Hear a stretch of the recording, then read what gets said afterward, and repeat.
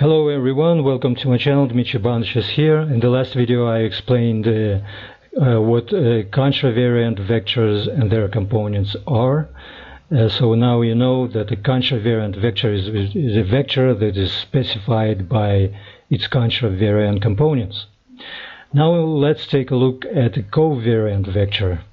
So let's suppose we have a space again. We have a flat space filled with electrical potential.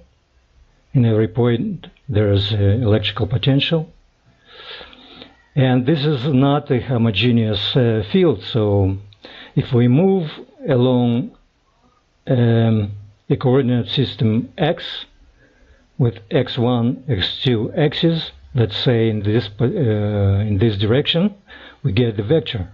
We get a vector which is specified by two components, cx1 component, cx2 component. And the cx1 component is equal to the partial derivative of the potential with respect to x1 axis.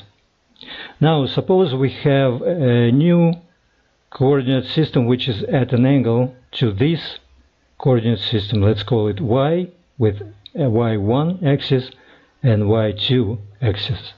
Now the same vector v can be specified by two new components, cx1 component from here to here and cy2 component from here to here. Now cy1 component is equal to the partial derivative of the potential with respect, and we need to use the chain rule here. So with respect to x1 component multiplied by the partial derivative of x1 with respect to partial derivative x2 y1. So, and this term here, we have it here. It's the x1 component of the vector in the x-coordinate system. So we can rewrite this equation. So we can say that cy1 is equal to cx1 multiplied by partial derivative of x1 with respect to partial derivative of y1. And so now this is called a covariant component of the vector v.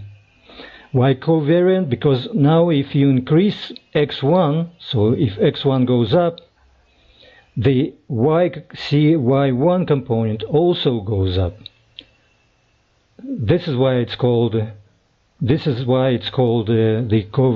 covariant vector. This is why this is called a covariant component, and the vector v is called, if it's specified by these components, it's called a covariant vector. So this is all, guys. Thank you very much for watching this video. Thank you. Have a good day. Bye.